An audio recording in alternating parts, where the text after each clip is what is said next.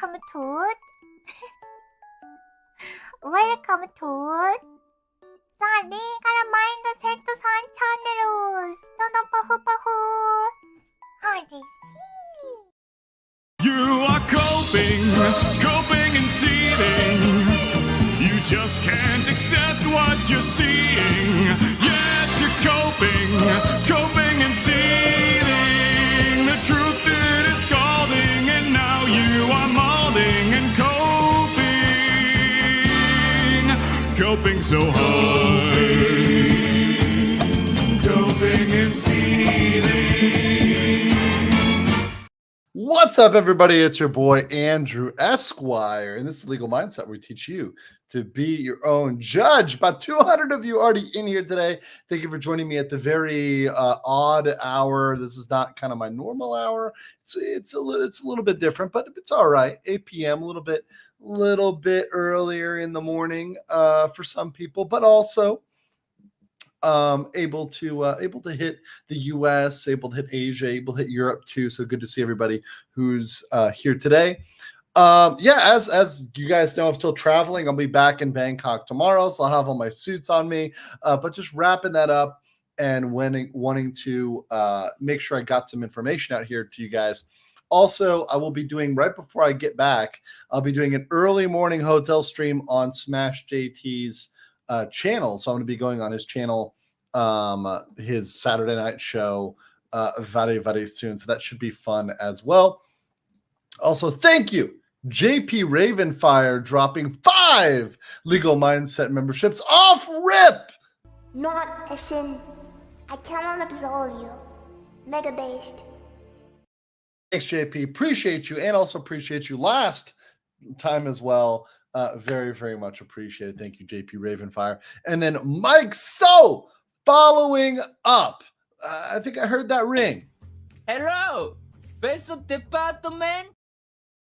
Thank you, Mike So, for jumping in there with 5. And everybody who got a gift membership, please say thank you. As always, the majority of our members are free members, are gifted members. So please say thank you if you received one. Really helps out the channel, and it's really awesome that you guys are hooking each other up. Bert Troll said, just woke up a minute ago. Perfect timing. Yeah, exactly. It's perfect for hanging out with the Legal Mindset. Also, shout out to everybody who's here today. I know some people, I guess, are coming over from Geeks and Gamers, so shout out to the 119. Appreciate that. I actually had a text from Jeremy, and I texted him, is he all right in the hurricane? He said he's fine. He didn't get really affected by it at all, so all good to make sure that he's just fine. So before we start here, let's see. I got a Gura clip for you since we got to start with something cute before we get into the nastiness that is the internet. Let's start with Gura. Okay. Oh, Urban Hold on, Dictionary. Gura, you should try looking up shrimping on it. So someone wants Gura to look up shrimping on Urban Dictionary. Urban Dictionary. Okay. Oh, Urban Dictionary. Why? What are you getting ready to make me look up? No! In case you can't read that, let me read that out. Shrimping. To suck on someone's toes for spicy gratification. Oh, no. Who sent that? Mason! Dude! You just ruined my day. I hope you're happy.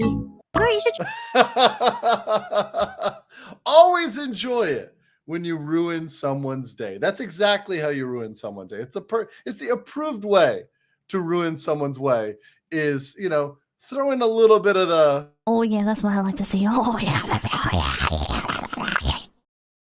And I'm wondering why my streams are all getting limited monetization. I'm like, why is it that all my streams are being limited, huh? It's really weird. I can't find this link here and why these streams get limited. I'm really not understanding that. It's hard for me to understand why. But once again, I'll stick with the Asmon reaction here. I'm not sorry, and I did nothing wrong. I completely agree. Nothing wrong has been done here. We have done nothing wrong here, YouTube. Nothing. But good to see everybody here today. All right. Let's get started then, since we've got a lot to cover today. So let's start with, we'll just go off rip and get in here with what's going on with Smash JT and the response from Alyssa Mercante. So we covered that yesterday, the insanity of Alyssa Mercante and her case and how it's complete dog shit.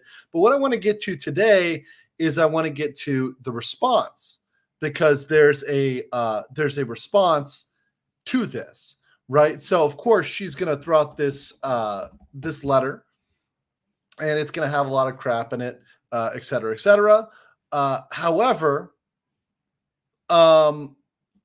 this is what came from the attorney for Smash JT, who's my friend, I would say friend of the channel, Ron Coleman. Actually, let me open this up and make it a little bit bigger for you guys, because I don't want you to go blind trying to read this thing. So here's the response that she got. So remember, she's threatening to sue him for defamation and saying that Smash JT talking about her previous life as a quote unquote sex worker is defamation and harassing. Now, mind you, she's contesting that she was just a nude model. However, as we've seen from follow-up tweets and comments, she actually was running a monetized sex blog where she would engage in sexual acts with men for the purpose of monetizing her blog. That is a form of sex for pay monetization. It's a form of sex work, right? Arguably a form of sex work. Ho's big mad about that. But here's a response from Ron Coleman. Says, we represent Jeff Tarzia, that's Smash JT, and write in response to your correspondence of September 8, 2024. By the way, he posted this. This is his post, so he's kind of put his name out there, right? I actually was censoring it, but I didn't realize his name has gotten out there, so there we go. We represent Jeff Tarzia and write in response to your correspondence of September 8, 2024. We will not rebut your assertions point by point. None of the statements you attribute to Mr. Tarzia, that's Smash JT, in section 1 of your letter is defamatory under New York or California law, because they are either true or protected opinion or polemic. Okay, this is great. This is great. It's once again the Ask Me clip. I did nothing wrong, and I'm not apologizing. It's all true. If it's all true, it's not defamation. If he called you a whore and you're an actual whore, then you can't get mad at that. If you're sexualizing, if you're monetizing your sexuality, you just have to accept that. That's your remedy, to just accept it and own it. Be empowered, girl. Right? It's great. It's great. I'm loving it. Additionally, your speculation as to what Mr. Tarzia knew, what motivated any comments he may have made, and the financial operations of his social media, his social media are incorrect and baseless. They don't know his finances, and also they don't know his motivations and what he knew. See, the problem is for Alyssa, she has to prove malice. So malice requires showing that the other person knew what they were saying was false and said it anyways. If they have any reason to believe that what it is true in good faith, then it's completely dismissed. And so malice requires you know something is false and you say it. Well, how does he know that she's conclusively not a whore? If anything, she's ambiguously a whore. But if you are ambiguously a whore, that's not enough to prove malice. If it's debatable whether or not you are or aren't a whore, so if two people would disagree, one person says, no, they're not, and some person says, yes, they are, that's not malice, because reasonable minds can differ, right? Reasonable minds can differ. Malice requires knowing something is false and saying it anyways. An ambiguous hoe. Tim the Tool says, what's the best VTube motion capture program? You should ask a VTuber. I'm just learning about these things in preparation for becoming a VTuber. I mean, 200K subs. 200K subs, which maybe we'll get before the end of the year. Who knows? I'm thinking before the end of the year, we can make a run on it, ladies and gentlemen. We're clipping up at a decent pace. We can get to 200K. It's possible. It's possible, ladies and gentlemen. Anvac says, I'm here for another delightful highlight of Ron Coleman's version of Did You Get That Thing I Sent You? I love it. I love it when they get clapped back. And LJ O'Rourke for 10 Legal Mindset memberships. Thank you so much. LJ O'Rourke coming in here big. Let me see what I got for you, LJ. I'm gonna do a unique one for you, LJ. Let's do this. Degenerates. You guys degenerates. Which is why I love you and appreciate you as members. I really do. I wouldn't have CISO viewers. Just you guys. Just you guys. All right. So let's continue with this letter. So for these reasons and many others, your assertion that Miss Mercante would prevail if this matter was taken to court is not only unfounded, but is transparently empty threat. In fact, as you are doubtlessly aware, if these claims were litigated in either New York or California, they would not only be dismissed, but your client would be exposed to liability under anti-SLAPP laws in both states. This is great. Alyssa Mercante would actually be paying out because she filed a strategic lawsuit against public participation.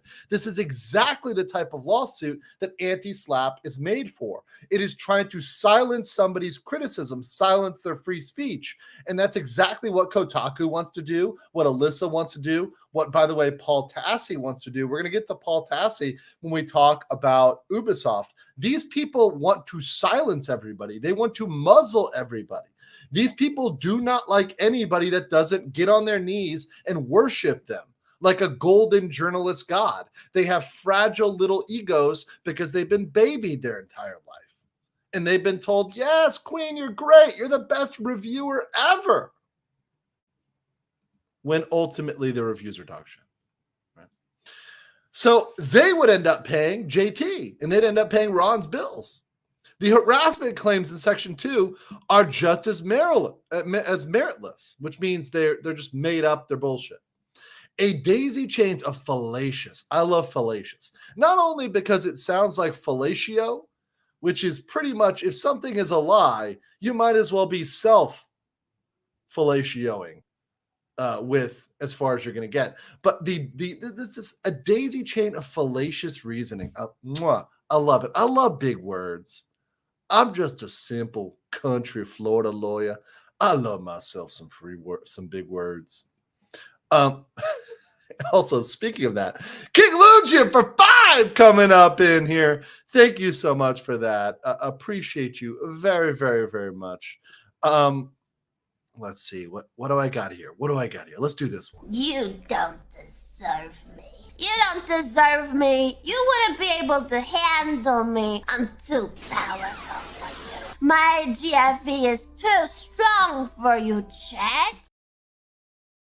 Speaking of filleting, do appreciate though, King Lugia. Thank you for the support. Thank you for everybody. JP Ravenfire, King Lugia. Thank you for donating today. Really do appreciate you guys so much. LJ O'Rourke, thank you. Mike So, thank you. All those gifts really do help support the channel. So thank you so much for those 25 memberships today. Thank you.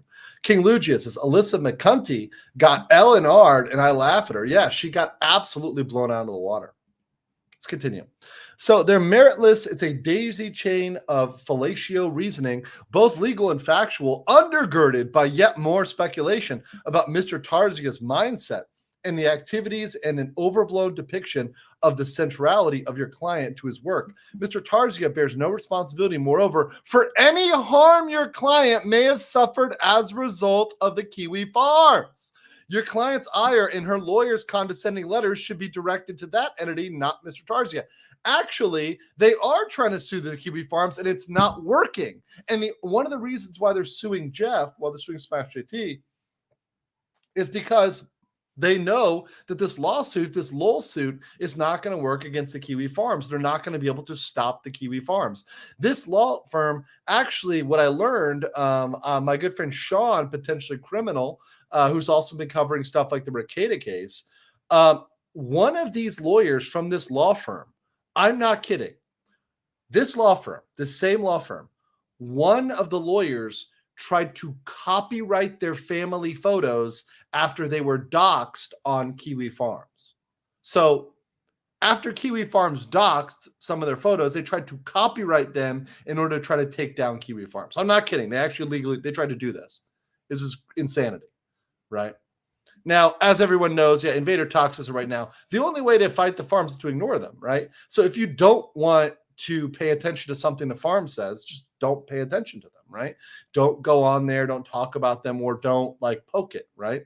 If you go and you piss them off, or you bring up something they said that's mean and you get angry about it, they're just going to do it more. But if you just ignore it, it's just going to be ignored, right?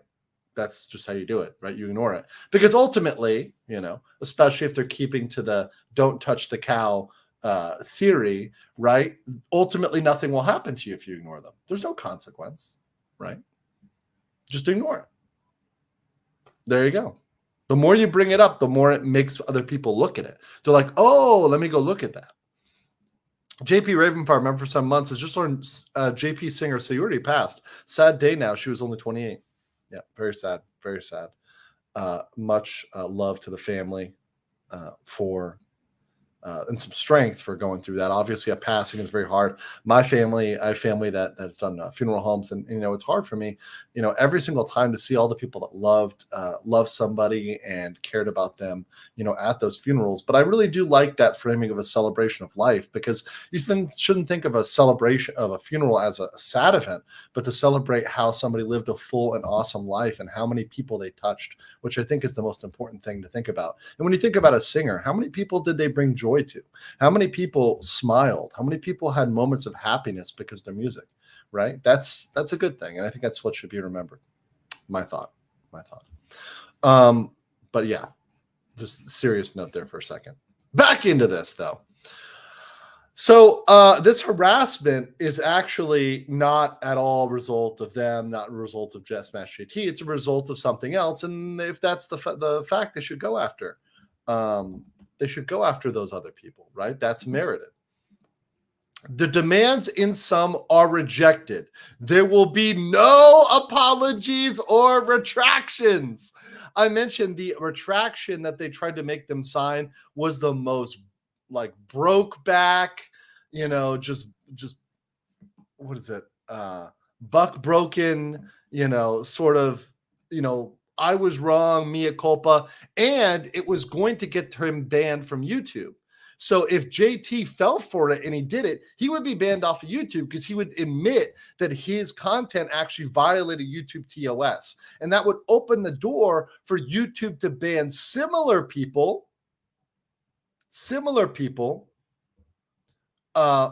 from YouTube. So people like Geeks and Gamers, people like Nerdrotic, all your favorite people, Ryan Kennel, right? Whoever else. Because once you start down that road, it doesn't stop. They try to use that same tactic with everybody. It's good they didn't fall for it. Oh, yeah, hold on. There's a last part here. Let me get this last little part here at the end, which is great to finish up. There will be no further personal, ethical, or career advice, much less veiled references to our client's family, which are not taken well from your office to Mr. Tarzia. All further correspondence or communication concerning this matter are to be addressed to me. Truly yours, meaning fuck off, Ron D. Coleman. So shout out to Ron for that. I actually love that part. Also, I like how they did try. They were so condescending to say, do what's best for you, right? No, fuck you. You don't know what's best for anybody, right? Why would somebody who's representing your opponent know what's best for you?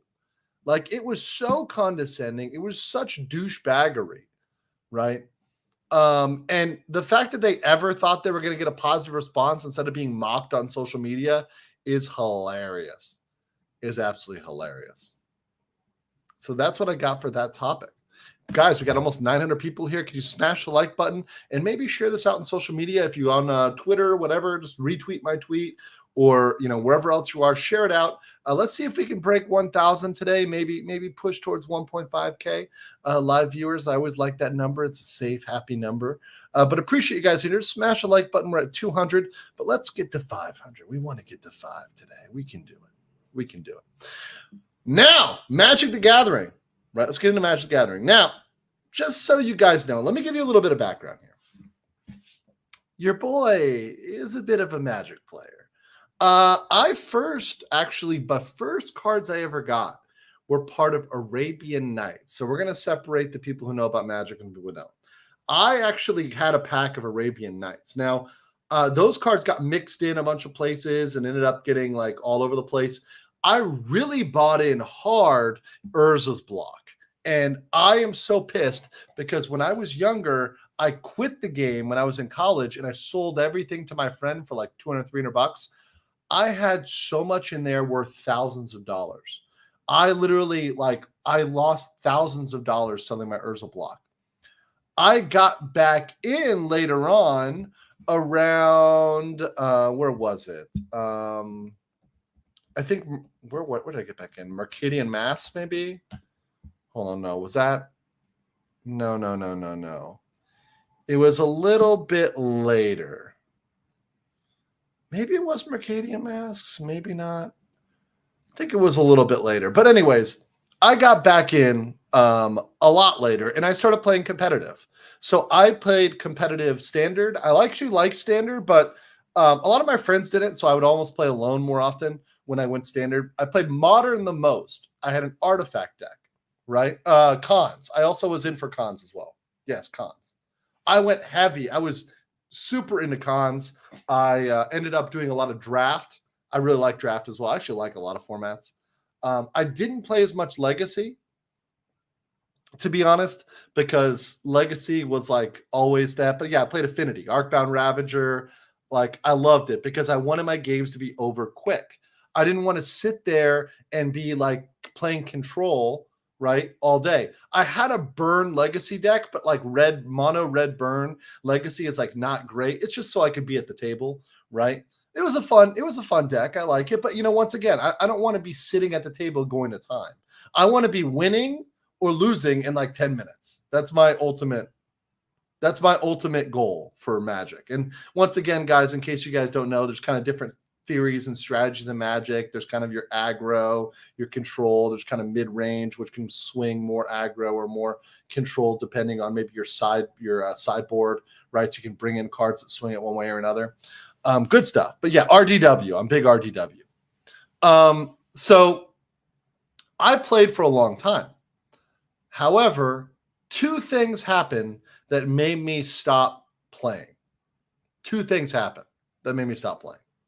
I love EDH, and I played a lot of EDH with my friends, right? EDH is also known as Commander. It's known as Commander, okay? But EDH I played with my friends. I never played anything that was, I'm trying to think. I never played competitive EDH, or when there's like EDH at tournaments. I never would play because I just want to play with my friends and talk shit, and we'd just drink, and it was a fun time.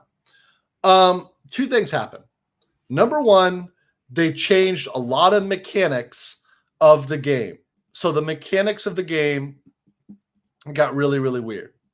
And I'm talking about super weird. Now, I was used to weird. Now, look, I'm going to show you guys my commander that I used for EDH, okay? So, like, this is the Feldegriff. Let me introduce you to the Feldegriff, right? This is the Feldegriff.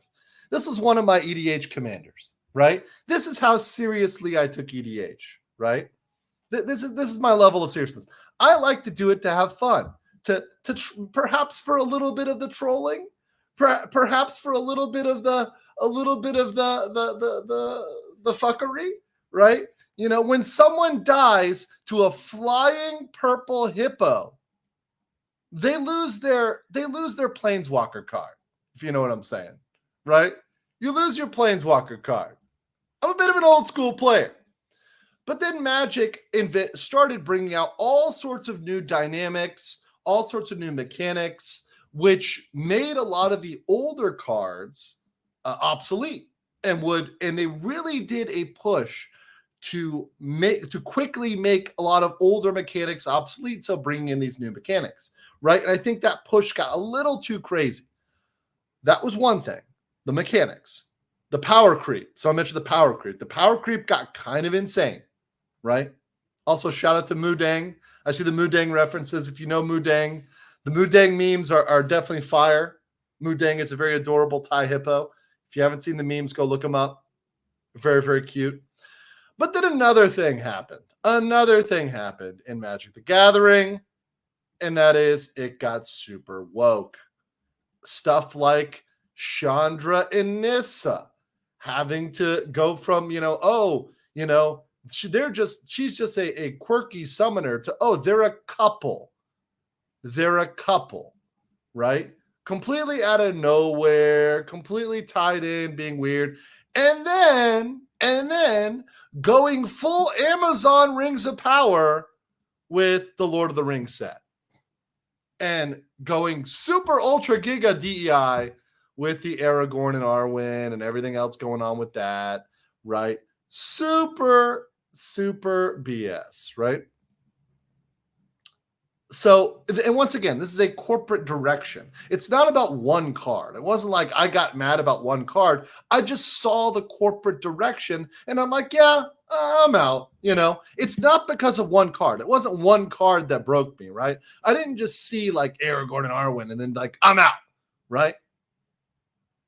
I saw the direction and you could hear the conversation, and the players were getting that way too. And it was really annoying to play with a bunch of like kind of wokish players, right? It was kind of filtering into the player base. And I was like, you know what? I just want to play Magic, right? I just want to play Magic the Gathering. And I always thought that Commander was a great format for that. So when I found out now that indeed they have now fucked with Commander, I was like, wow, I need to cover this. And I rarely cover Magic the Gathering. This is an area of my nerdiness. There's two areas of my nerdiness that I don't talk about as much. I don't talk about them in proportion to my depth of nerdiness. And that's Magic the Gathering and Game of Thrones, right? Those are two things I know a hell of a lot about that I just don't talk about very much, right, on my channel. But I do know a lot about them, a crazy amount about them, right? So, somebody asked, what is Commander? Commander is a format of Magic the Gathering that allows you to play with a 100 card deck. But the rule is you can only use each card once. So it leads to more diversity. In a normal Magic the Gathering deck, you can use a card 4 times. What that leads to is, because of statistics, it leads to you using the same cards 4 times because you want a higher probability of drawing that card. So, for example, Lightning Bolt, 1 red, 3 damage, very efficient. 1 red mana for 3 damage, super efficient. If you could have 12 Lightning Bolt equivalents in your deck, you would have that because it's super efficient, right? So you max out on Lightning Bolts. You max out on cards that do the most efficient thing. So because of that, the main decks, standard, modern, all the main formats, they can be very same, very same. But EDH with 100 cards gets different. It gets diverse. Someone in the chat said, Legal Mindset seems like the guy who plays Ristic Study in every EDH deck. For you assholes who don't know, Ristic Study, and I did have a friend who did this. I did not do this. Ristic Study, and this is, of course, the Gatherer, is whenever an opponent casts a spell, you may draw a card unless that player pays 1, right? I did play this in some decks, but those decks were like, I want to be a dick. Like when I wanted to be a dick, I had decks with like Propaganda, Ristic Study, stuff like that made the game annoying for everybody, right? Oh, I'm always paying. I'm always not allowing them to draw. Are you fucking kidding me? Right? I'm the master player hater, right? Okay, so let's get into what the controversy is. But before we do that, Alpha Wolf with 5 Legal Mindset memberships. Appreciate that. Absolutely not instead a member of the base Legal Mindset, which are the best monkeys. We are the Giga Monkeys. A Sigrun Eternian said, if you really want to embarrass your opponents in EDH, Meltdown made a very funny video explaining why Fig, the Untouchable, is the biggest flex. Yeah, there's a lot of like weird combos, and if you actually make them work, your just opponents will rage, and it's always fun. I love having a really like weird commander or really like odd commander, and that odd commander is the thing that takes them out, right? I just think that's cute. King Lugia says, what is this about Aragorn and Arwen? You'll see. You'll see. Cheshire Godfrey said, Magic the Gathering and Dungeons & Dragons are currently the only profitable parts of Hasbro. Also, DEI people have taken over the book publishing houses. Yeah, and that's the problem. I saw that happening with the publishing, with the storylines. It was getting like more and more of that brand. And that's what was kind of bad. Because I like the lore. And that's why I like 40K, because the lore is pretty good, right? The books are good. Magic, it's fallen off. Same with D&D. But thank you for that. So what happened with this? What are we complaining about today? All right, let's show you guys what went on and why there might be a legal issue for Magic the Gathering here. Okay, here we go. So we've got Magic the Gathering. There's this commander controversy. It's written by Game Rant. So essentially, you had these 4 cards. So you had the 4 cards here are Dockside Extortionist, Jewel Lotus, Mana Crypt, and Nadu the Winged Wisdom. These cards were banned from EDH, from Commander. Now, there have always been certain cards banned from Commander. Let's be clear here. Because there's certain cards that, when they're in a multiplayer format that you can only use one card of, they're super strong, right? There are some cards that are banned. There's also some cards that are banned in like all formats because they're kind of like OP. So they're banned everywhere pretty much. So there's always been a ban list, right? But the ban list has been very restrictive because honestly, in EDH, you want to play with all your cards. There's a strong presumption against banning cards in EDH, right? There's a lot of cards that in EDH are really strong, like what we call mana rocks, right? Mana Crypt is a form of mana rock, essentially something you can play for 0 that gives you mana, and that allows you to cast stuff on turn 1. So if you get a bunch of these mana rocks that are 0 mana, 0 to cast in your hand, you can bomb down a bunch of stuff on turn 1 or bomb out your commander, right? On turn 1, because you've got a bunch of these things. The problem is if you play those mana rocks, right, and you play those like speedy cards, well then, if you play a lot of them, then your long game might be weaker. So there is a cost benefit to that. There's a cost benefit to that. Also, Ezreal gifting 5 Legal Mindset memberships.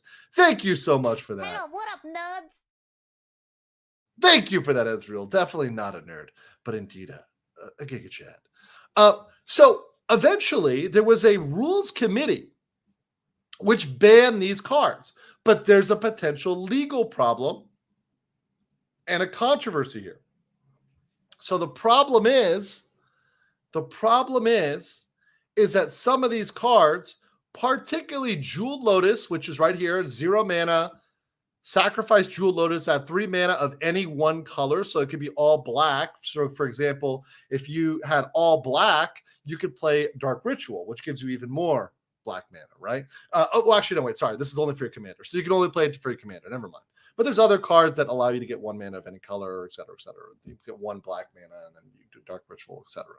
But this is only for your commander, okay? So you're able to get out your commander pretty quick. Then you got Mana Crypt, which is the one for 0 mana. And at the beginning of your upkeep, flip a coin. If you lose the flip, it deals 3 damage to you. You get 2 mana off rip. So you drop this, you get 2 colorless mana. You get to play another artifact, and that artifact can allow you to play colored mana and allow you to kind of combo off of that, right? There's a lot of combos you can come up with this. The problem is that these cards used to be worth big money. In fact, before the ban, Dockside Extortionist was $90. Now it's $20. Jewel Lotus was 100. Now it's 40 and going lower. Mana Crypt was 200. Now it's 70 and lower. Because the real value of these cards was for Commander. In fact, if you look at this card, if you look at this card, Jewel Lotus, it says on the card that you can spend this mana only to cast your Commander. So if you are not playing Commander, you cannot use this card. So this card is useless out of the format of Commander. So because of that, this card, which was included and promoted, so Wizards of the Coast promoted Commander pre-built decks, right? There are pre-built decks that include certain cards that are helpful for Commander. They included this in a deck that was pre-built for Commander and sold it, right?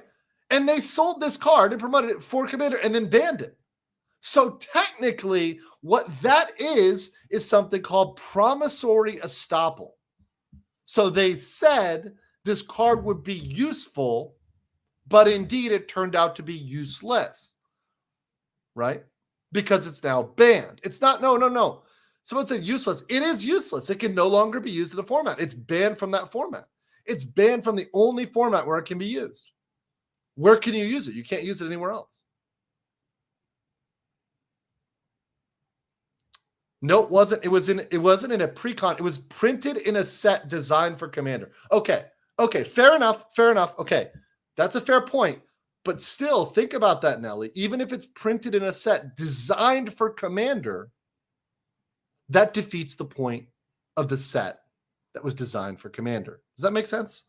So if you should be reimbursed for this card, which is no longer usable, right?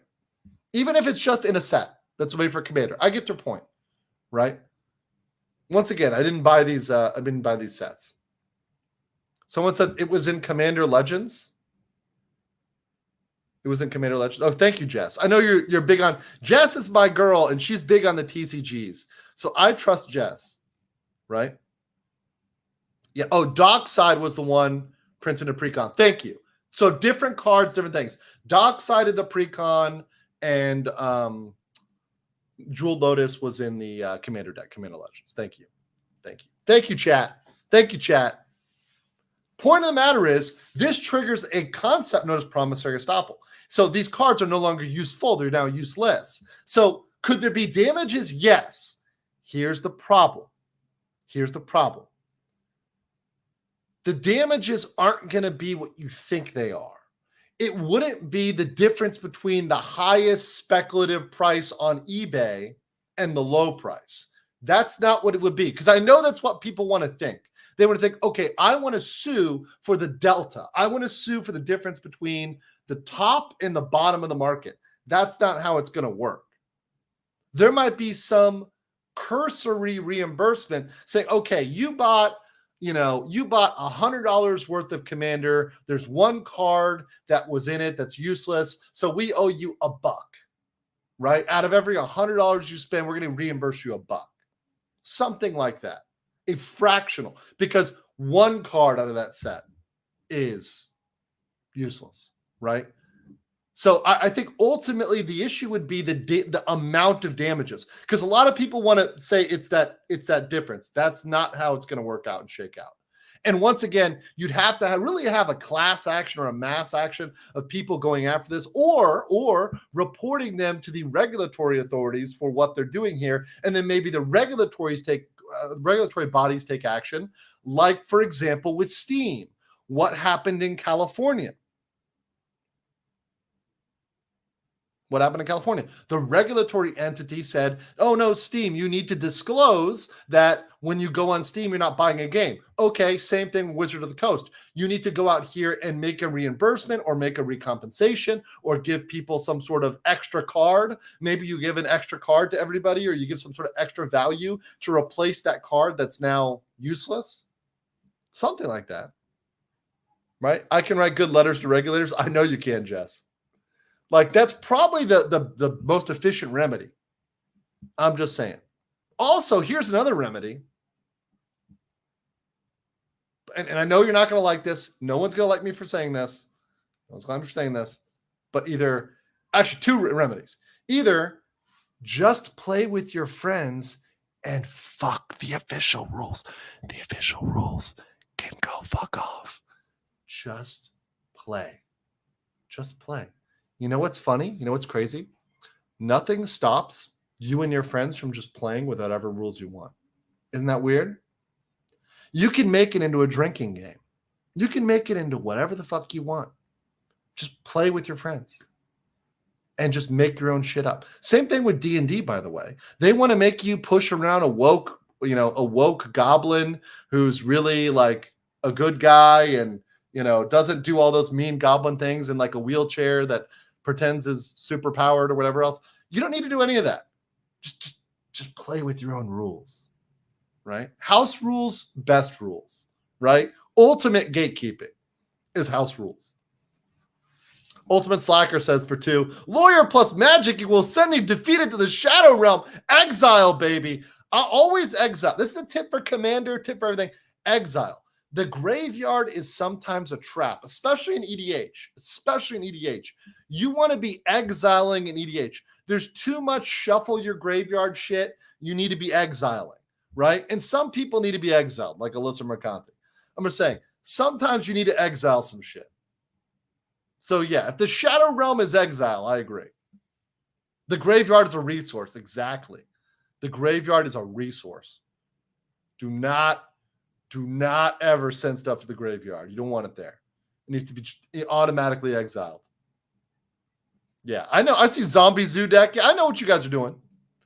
LJR Work says, remember, the rules are more suggestions, not stone. Exactly. Cheshire Godfrey said, did you see the one Magic the Gathering reviewer get Pinkerton sent to his house after he was sent an unreleased set early by mistake? I believe it. Those people are Nazis about their sets. They really are. Crazy. I play a horrors deck that steals everything from the game. Yeah, that's good. My friend did the same thing. Just had a commander that just took from the grave.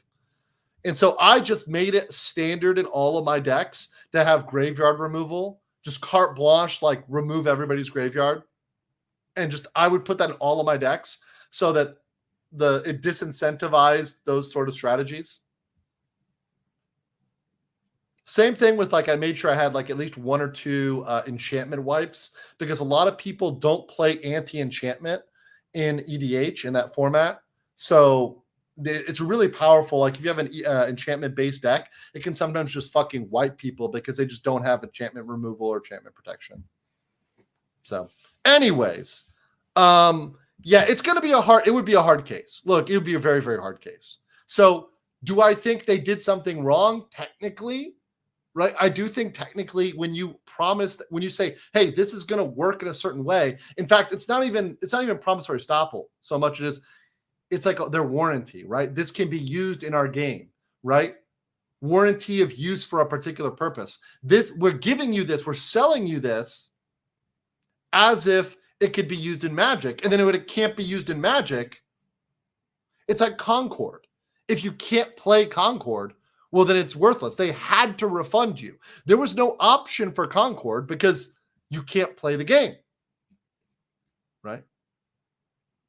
By the way, in case you guys want to know, I played all color decks, but actually my favorites were red and black because once you go black, it's hard to go back. Just saying. But yeah, those are my favorites. I did have some good artifact decks. Obviously, I liked, I played for Modern. I played Affinity. So I liked robots. It was the thing. I also had a blue artifact deck in EDH as well. What was that guy? There's that one guy who's super good for artifacts there. I forget his name. But anyways, playing with a lot of rocks. Okay. Yeah. Rakdos. Rack City. That's right. Who said Rakdos? There you go. Rack City. Rack City. I love it. All right. Urza, no, but there's another guy. Oh God, hold on. Let me pull it up. He was like, hold on. Blue artifact, EDH commander. Nah, he was more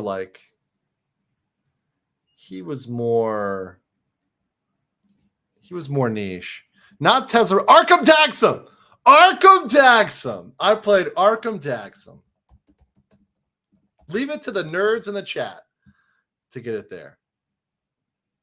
Leave it to the nerds in the chat to get it there, which is tap artifact creatures, controller sacrifices it. That player may search your library for a non-creature artifact card, put it in the battlefield and shuffle.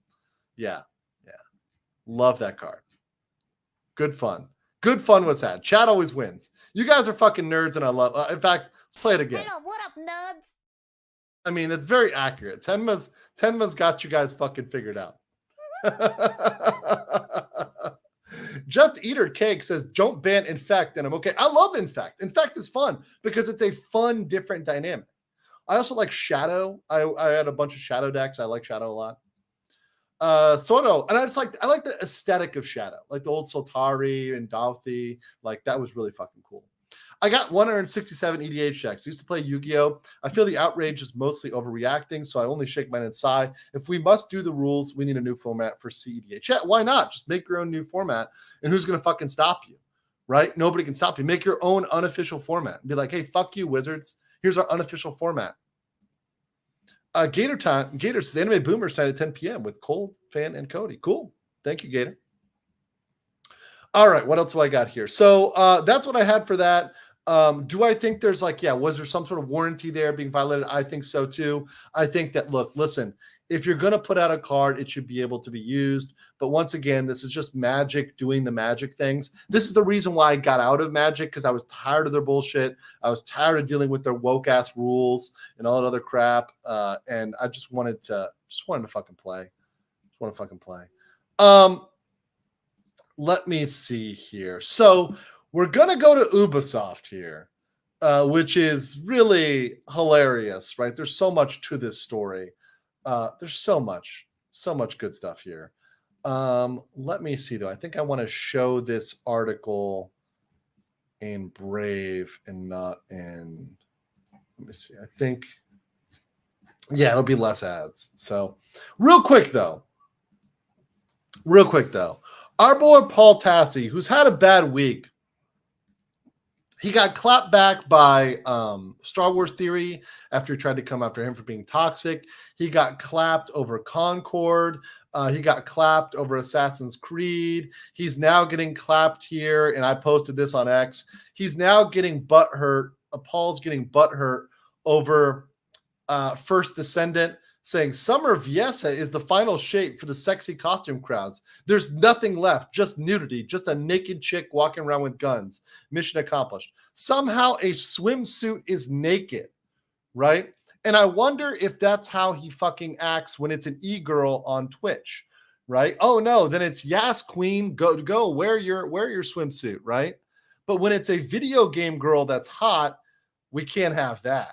Right? Once again, I think this does tie in, ladies and gentlemen. I cover a lot of topics, but I think this 2D versus 3D thing ties in with the VTubers versus FleshTuber issue on Twitch, right? There's a big fight right now, and there's in general, hear me out. The 2D girls are winning, okay? The virtual girls are winning. And the allies and the e-girls are mad, right? They're really mad. And Paul Tassi is one of these allies, right? Because they realize their days are numbered. And the whole, video game, it's weird, it's very cringe, this whole simp economy of the journalism and game journalism and all this weird, we got to suck up to these certain people. It's gonna get kicked out for what's coming, but they don't control what's coming, and they're freaking the fuck out. Rolando Feliciano says, still not a good month for SJWs. Poor Paul. Very bad month. Also, didn't catch this one. DCMK says, Magic the Gathering is the black hole of the universe. I agree with you on that. So big upset over this, thinking this is this girl's naked. And let me put this out here. Let me put this out for you guys. Is a girl in a swimsuit, quote unquote, naked, right? What do you guys think? What do you guys think? Yes or no? Poll in the chat. But regardless of whether you think it's naked, I'm going to tell you right now, it's not a sin. I cannot absolve you. Mega based. It's just fine with me. It's just fine with me. But he's unfortunately getting his cheeks clapped over here, even by Asman, who said, Asman, can you not do a 40-minute video on the 5 total tweets I made by Ubisoft? I'm tired. And then he realized after he said that he didn't even know what the fuck he's talking about. Oh, he's reacting to a 10-minute video someone else made. And of course, Asman claps back. It was only 38 minutes. Typical journalist lies. And even he bends the knee like the cuck right here and admits to having lost brain cells. So Ubisoft is taking some L's. Their simps are taking some L's. But there was this one article that I thought was fascinating by Fast Company. And that's talking about a quote-unquote incel victory.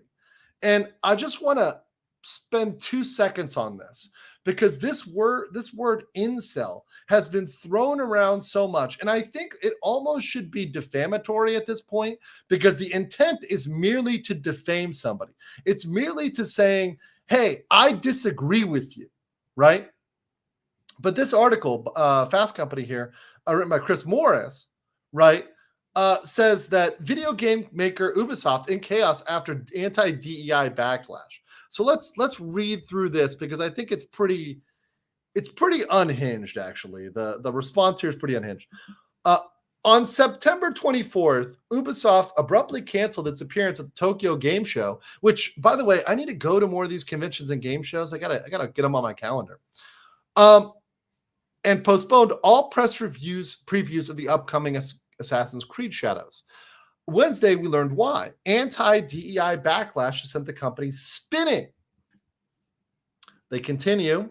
The Paris-based video game publisher pushed the release of its biggest game from November 12th to February 14th of next year and warned investors that net bookings would no longer exceed 2.3 billion euros of last year and have come to a disappointing 1.95. That sent shares lower, what's already been a rough year where they're down 57%. That's why I showed in the thumbnail. They are down big over the year.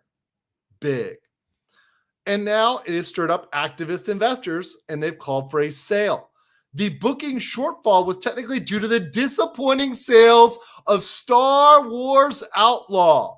However, the underlying reason for both of these is the far-right opposition to diversity and inclusion. So there you go. You have it, ladies. The reason why Star Wars Outlaw failed and why Assassin's Creed Shadows is failing is far-right opposition. This is what we get in zero accountability culture. This is what we get when we have a bunch of as game journalists. Because these people with their 39 IQ, let me see those 39 IQ emojis in the chat. Let me see them, 39 IQ. They don't understand that a byproduct of focusing on making DEI the top priority is that gameplay is not the top priority. When gameplay and fans are not the top priority, the game fucking sucks. Gameplay needs to be the right number one priority. 39 IQ in the chat here. The problem is that it's not. And let's look at something like Space Marine. It just focused on gameplay. It didn't tell any story. It just was 40K and 40K being 40K. It didn't have to tell anything else. Yeah, even someone mentioned Undertale. Undertale had better female characters. I agree with that one too. But Outlaws was unplayable. It's a game. Wasn't that the game where you can only, correct me if I'm wrong, because I haven't played Outlaws, but correct me if I'm wrong, but isn't Outlaws the one where you can only pet the animals and you can only rob policemen? I hate to break it to you, but you're not an outlaw unless you can kill everybody, right? If you're going to make a game called Outlaw, you should be able to kill whoever you wanted in the game. There could be consequences for your actions, but there'd be like karma and stuff like that. But you should be able to kill everything and anything, like GTA, right? You want to go run people over, you should be able to do that. That's why you would make a game like that, right? If it's just virtuous and virtue signaling, well, you're not really an outlaw. You're just a do-gooder, right? It's Star Wars do-gooders, right? It's virtue signaling. And the game is full of bugs. And the main character looks like a man, right? All of these things together. Same thing with, by the way, Assassin's Creed Shadows. Everything we've seen of the gameplay looks like fucking trash. The gameplay does not look good. Also, it's horribly offensive to Japanese people to have some guy who they fucking made up in samurai outfit, right? Pretending he's Japanese, running around killing poor Japanese peasants, destroying Japanese villages, right? That can you see how that's a little offensive to a native Japanese person, right? Maybe a little bit, right? Doesn't look good. And the gameplay is nothing novel, new, or whatever else, despite what game journalists want to say. But they want to call that far right because, you just don't like it. AP for 10 says, how the F does a French company, a country who outlawed paternity tests because cheating on spouses is so endemic, go woke? Well, that's because it kind of goes both ways, though. That's what you got to understand about the thing. It goes both ways. But that said, France has gotten pretty woke. I saw the Italian PM calling out France the other day for some of their fuckery in Africa because there's a lot of hypocrisy going on there too. But that said, yeah, it's where they're at right now. It's a mandate. Kate Turner for 10 says, sure, I will take the label of being far right if that means we say video games. Yeah, if far right means I want to play video games, and I'm as far right as it gets. But to me, I'm just a gamer. I don't want to be far right or far left. I want to have gamer politics. Like gamer politics is like, look, does it work? Yes. Then let's do that. And I'm okay to talk to people that I disagree with if we're talking about how we can make something work, right? If we can make something work, I'm going to enjoy it, right? I'm going to enjoy it. Let's continue here. Let's continue this article. It's fucking nuts. So let's continue. Outlaws, which had a female lead character, received mostly solid reviews from professional critics, but many players gave it 0 out of 10, citing forced DI narratives and claiming developers spent more time on woke culture than on story and gameplay. But this is all true. If they spent more time on gameplay, that would be what they should do. And as just a logical company, you should be doing that. I worked for businesses and companies that wanted to make money. And you know what? We focused on the product. We focused on what we're delivering. You know why the professional critics are getting shit right now? Because they're people like Paul Tassi and like Alyssa Mercante. They're complete fucking hacks that automatically give games out of the rip. If it's a woke game, they're going to give it 7 out of 10 at least, 8 out of 10, 9 out of 10. Remember Dustborn? Dustborn is at the Tokyo Game Show, and there's nobody in the booth. There's less people at the booth at the Tokyo Game Show than there are playing that live. And there's like 2 or 3 people playing that game live right now. It's fucking sad. But it's because of toxicity. It's because of this backlash. Some players were also unhappy with the optional season path model that tacked an additional $40 onto the game's price for extras. Well, hold on. You yourself gave a good reason. How can these people emotional damage I mean, how can they literally tell on themselves that they are lying? They're literally giving you a legitimate reason right here over the season pass. They're saying this is a legitimate reason that has nothing to do with DEI. And is a legitimate reason to not like the game. But they're saying, you know what? All criticism is far right. Are you that stupid? Really? Are you that dumb?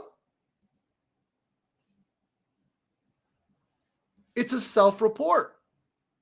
The review bombing driven by anti-DEI seemingly worked, set off a chain of events that led to Wednesday's announcement. So here's an announcement by Michael Proctor of Wedbush, probably sending it from his wife's girlfriend's closet where he's currently filming. It says, we believe Star Wars Outlaws has impacted by a coordinated effort that sought to troll Ubisoft games specifically and Star Wars content generally.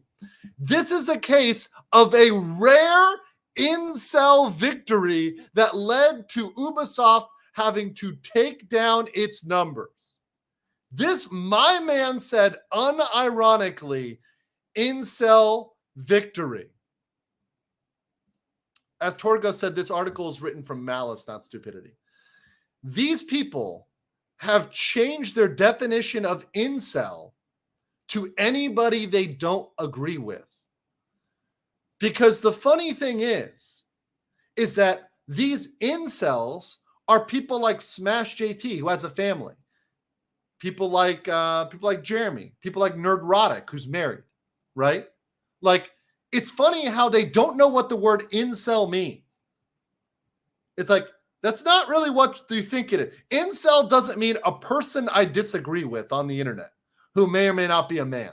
Because, by the way, there's tons of women who don't like this shit either. There's tons of based ladies out there. Shout out to my based ladies, right? That aren't okay with this. By the way, 96% of you think that a girl in a swimsuit is not naked. Which is indeed the right answer. Not as in, I cannot absolve you.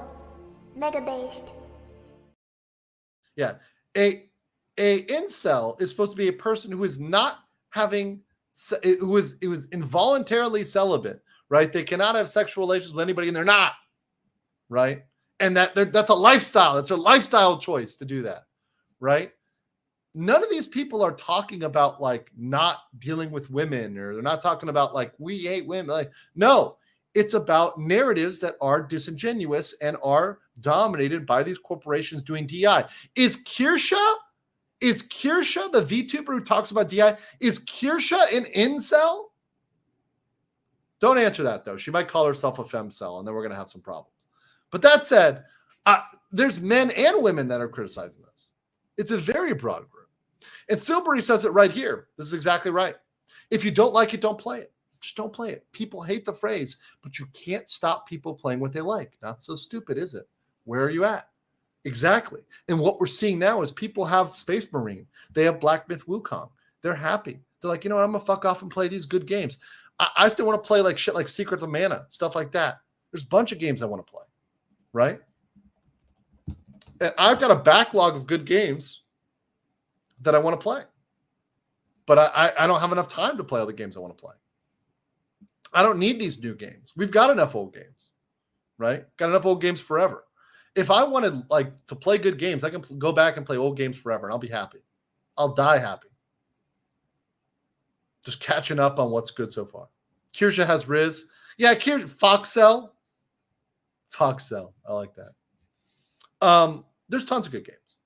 But no, we're all incels. Let's finish this article here real quick. The CEO of Ubisoft said, let me address some of the polarized comments about Ubisoft lately. I want to reaffirm that we are an entertainment-first company creating games for the broadest possible audience. This actually says that you have an agenda. This is actually wrong. You should not create games for a broad audience. You should create games for a niche. All games should be niched for a certain niche of the market. Our goal is not to push an agenda. We remain committed to creating games for fans and players that everyone can enjoy. Within that, you see language like everyone, broad possible argument, or broadest possible audience, right? That is there. Also, if you look at, right? If you look at Ubisoft, let's stop this for a second. I want to show you guys something. Look right here, and let's just, go through here. They've got a diversity, inclusion, accessibility department. So when they say they don't have an agenda, like they do have a department, they do have strategies. And look at this. This is on their page. This is their own words. In their own words, Ubisoft is lying, because look what they say here. We will create a gaming experience that pushes representation forward by embedding diversity and inclusion across our processes, increasing representation in our teams, and offering access to resources to help teams build a more authentic, inclusive, and accessible gaming experience. They're literally saying we're going to push representation as part of the gaming experience. It's a self-report. But they're pretending they're not doing that. They can't do that. You can't have it both ways, right?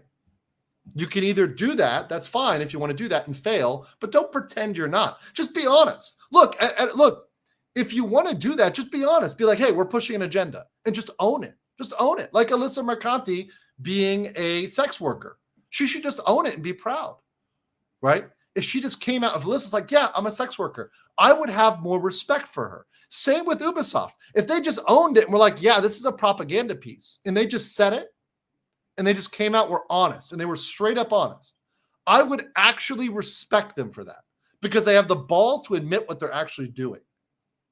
But they don't even have that little minor level of courage to just say, no, we're actually doing this thing. Just own it. Own it. There's socialists out there and Marxists out there that are like, I'm a proud Marxist. I'm a proud socialist. I own being a commie, right? Do it. It's fine. I actually respect those people more, right? Leighton Astor said incel is already moot as an insult. They want to shame people for simultaneously having any sort of attraction and for not engaging in any intercourse, even responsibly. Can't have it both ways. Yeah, either you're attracted to women or you hate women and you don't want to be around them at all, right? Like you can't have it both ways, right? Or you're attracted to them, right? And you like them and you want to be a romantic partner for them, right? That's not an incel. That's somebody who wants to be with a woman. That's different. Or appreciates or respects the feminine form, whether it's 2D or 3D. Anyone they don't agree with has been the subject of the usage of incel that they've ever used. It's just another bumper sticker level production. Exactly. It's them putting out that energy when, by the way, I don't think these people are getting laid either, right? If I looked up that author, right, probably a pretty big fucking, if it's just him calling someone else a loser, it's probably projection. He's probably projecting his own loserness.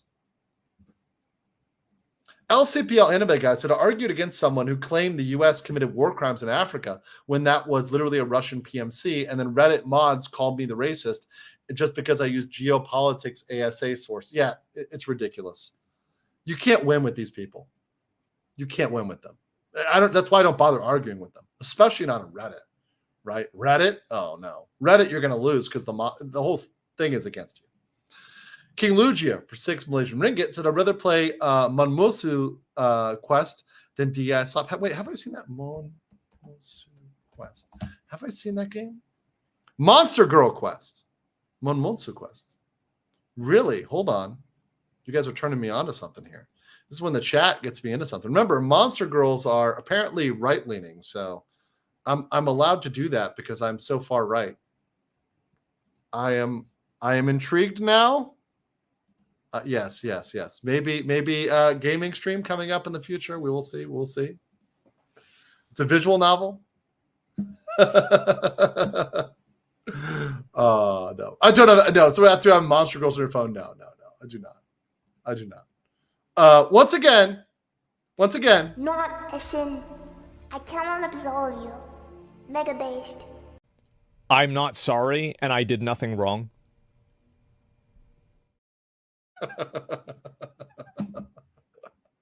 All right. Let's finish this. Let's finish this crazy article here, guys. Let's see. Do I got this pulled up? There we go. Okay, cool. And share. Okay, cool. So it's unlikely to quiet far-right critics. In fact, the delay of Assassin's Creed Shadows, which was already under fire by that group for having a female ninja and a black samurai. No one cared about the ninja. No one actually cared about the ninja. So this is fake news that anybody cared about the ninja. Nobody cared about the ninja. Female ninjas are fine. Female samurai, a little bit more questionable, although there were historically some female samurai. Yes, that's fine. If you want to cover it in the historical sense, I'm a little bit less mad about the female samurai because that was a thing historically in a certain area, a certain time period, etc. You know, I leave it to my Japanese brothers and sisters to nitpick that one. But female ninja, no one's mad about. It's the black samurai thing. It's Yasuke. Gamergate friendly forums. See, there we go. Once again, using buzzwords, right?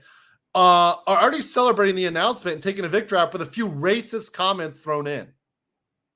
But the gameplay mechanics weren't what caused pre-release backlash. Yes, it was.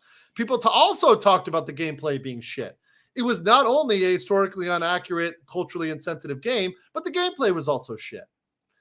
The development team has found itself on the defensive for its choice to include a black protagonist. He is based on it. Look at this, spreading the slander that it's based on an actual black samurai. No, there's zero proof of that. See, this is misinformation. This is fake news. This person is citing Thomas Lockley, who has been thoroughly debunked, that that Yasuke is at all a samurai. There is zero proof that he is an actual black samurai. That statement is a lie. And what isn't a lie is that there's almost 1,300 of you in this chat, and only 500 of you have smashed a like. So please, come on, smash a like. If you haven't smashed it, don't be this person. Don't cite bad sources. Cite the legal mindset by smashing the like button. Appreciate it. Appreciate it, guys. We strive for authenticity in everything we do, says Assassin's Creed. We are inspired by historical events. From its inception, the series' creative license incorporated fantasy elements crafted together for an immersive experience. The representation of Yasuke in our game is an illustration of this. His unique and mysterious life made him ideal candidate to tell an Assassin's Creed story with the setting of feudal Japan as a backdrop. Despite the anti-DEI backlash, Ubisoft doesn't seem like it's making radical changes to the next Assassin's Creed. The company, in its announcement Wednesday, vowed to fulfill the promise of our dual protagonist adventure, with Now and Yasuke bringing two very different gameplay styles. Well, it's probably too late to edit it out there. And apparently, there's an activist investor who's pushing for the sale of Ubisoft to a third party. That would be huge. If, as a result of this, they end up selling off that gaming sector. It'd be hilarious.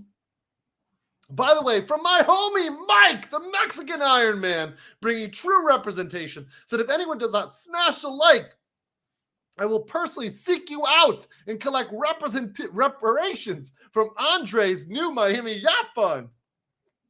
Indeed. Andrew. Also, I'll share it with Andre. You know what? Mike, I will share my yacht with Andre from Midnight's Edge. We'll be like, because we're both outside the US, so like he can visit and use it for 6 months. I can visit and use it for 6 months. It's good. It's like a timeshare for a yacht. Let's do it. Call me Riku, baby, but with less Buraco company. Right. Let's see. LCPL Emma guy said, I did it to disprove U.S. doing war crimes in Africa. I mean, no, I know, but once again, these people are never going to believe you, bro. That's the point. These people are brain dead. They're not going to believe you. So I don't bother arguing with them most of the time because they're just stupid. They're just like people who write these sort of articles and people bring these things up. They're actual idiots. They're actual idiots. There is one more bad argument. I think this was one that was brought up on Twitter. This was brought up about the Twitch terms of service. And I think my mod, Professional Gentleman, got into it. I want to get into that. It's about Twitch terms of service and whether or not you can sue as an employer. I want to get into that in a little bit, but let me get these super chats first. Samurai Screw / mentally screwed for $13.99 Canadian says, honestly, Ubisoft and Sweet Baby should have kept their mouths shut. DI is more of a scam. Anything exactly, it's a grift. And the thing is, it worked as a grift when it was below the radar. The problem is they flaunted it too much. They pushed it out there too far, too fast. If they had been really tactful about it, they could have done it in a subtle way over a slower period of time, but they had to rush. They had to push it out there. And that's why there's so much pushback, because it's become so obvious. It's glaring. It's glaringly obvious, and it's just offensive. Utskia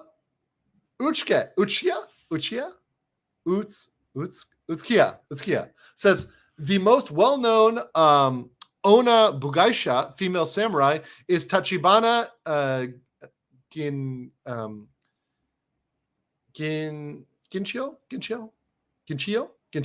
Yeah. And there are, like, once again, I knew there are female samurai. Yeah. The Sengoku girl. Okay, yes. I do remember this one. Genichio, yes. I remember I played a game where that was an obtainable character as well. So yes, there are female samurai. So once again, that could be done in a historically accurate way. And there are depictions of this character in a historically accurate way. Let me bring up, there's from a bunch of different characters.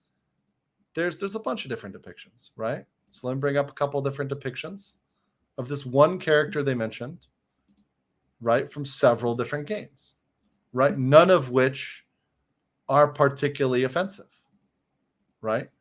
And some of them are sexier and some of them are less sexy. Let's bring up this female samurai here. It's a very good example, right? So let's start here, right? Good depiction. Nothing wrong with that. What's problematic there? Nothing. We're good, right? Next depiction. We've got right here. From this game, right? No problem here. Once again, nothing inaccurate. Pretty good. All right. Good to go. And then finally, from a game which I believe is like a waifu collector game, you've got like a kind of a little bit of a sexier version, right? Got some hips, got some curves on it right here. But once again, pretty non-offensive. Pretty non-offensive. No one's complaining about that. No one's getting an uproar about that. Them hips, they don't lie. They don't lie, right? There are ways to do this correctly, and there are ways to fuck this up. Archie Rusher said, I'm Aboriginal and happy nobody cares about my peeps. Yeah, it's good they're not trying to, like, imagine if they were trying to push, like, a, like, trans, politically active Aboriginal protagonist that ends up in Brazil, right? And he's, like, beating up Brazilians in, like, ancient Brazil, right? Or whatever, like colonial Brazil, right? That like it kind of sucks to be on the other side of things, if it would be on the other side. But it's good to be kind of, okay, well, nobody's fucking with stuff now. That's good. It's good. I said, people say, just wait, my man. Just wait. Going to Brazil. Actually, my favorite thing about Brazil is that comic, what is it? The Hot Latina is targeting my body, and it ends up being the girls from the Amazon. You know, that manga looks good. That manga looks good. Oh no. When I put Hot Latina into my Google search, that did not come up with what I wanted it to come up with. Brazilian Miko. I like Brazilian Miko as well. Shout out to Brazilian Miko. I'll pull up Brazilian Miko while we get these super chats. I want to give chat. I mean, I know what chat likes. I know what chat likes. Let me give the people what they like. Well, let's pick a good one. Okay. There's a lot of good ones here. A lot of good Brazilian Miku fan art. Let's pull up this one. This is the most base version. little grainy, but still good. Still good to pull up. Pull up a little Brazilian Miku here. Put that over here while I talk. Kind of do a little enhance here. All right. We'll leave that up over there. All right. There we go, guys. Nicholas Atkins says they feel the reasons it failed are not their own failures. So if they feel it's true, then it's their truth, and you must agree with them in truth and insult. That's the point. This is the argument. And I was getting into this a little bit with somebody else on X.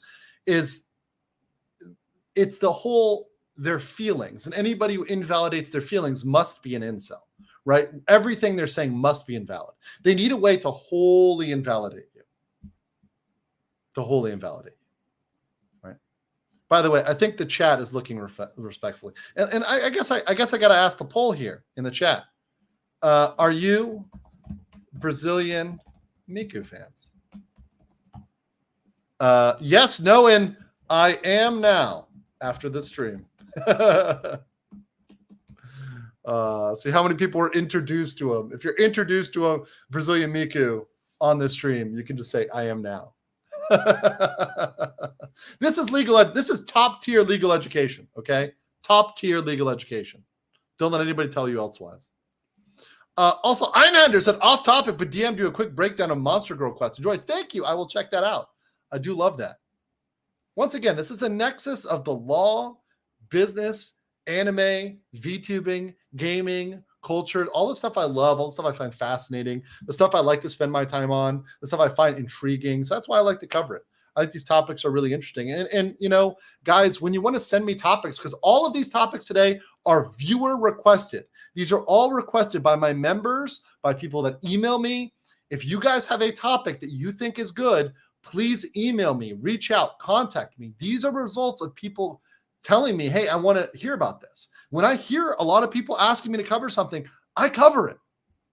I cover it because I give the people what they want. This isn't Ubisoft where I'm going to give you some mannish protagonist of Star Wars Outlaws. I'm going to give the people what they want. And what they want is Brazilian Miku. What they want is Brazilian Miku. Okay? Because 57% of you say yes. And the rest, the 29%, say I am after the stream. Only 15% say no. And all of you that said no are getting banned from the chat. All of you who said no are Disgusting. saying. Danny, or Danny backwards Danny, Yanny, whatever, says JoJo sound. Yes, yes, yes. I need to get more reactions. Also, if you have reactions, send those to me. Good reactions. Hopefully, if they're clipped into a small size, I can download them. Good reactions. I always like adding more. I've got to update a couple of mine. I've got a couple I need to update. Right? Banning action in motion now. See, Mexican Iron Man over here. A little romance language love there between Brazil and Mexico. I think they're going to play there's a little Copa going on in the cabana. Speaking of which, it's been great covering this. I will be on Smash JT's show tomorrow.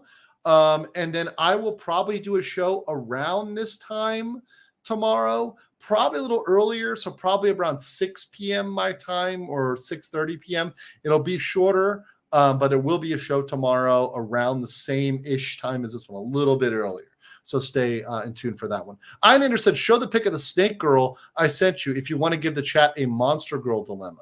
Did you email this to me or send it to me on X?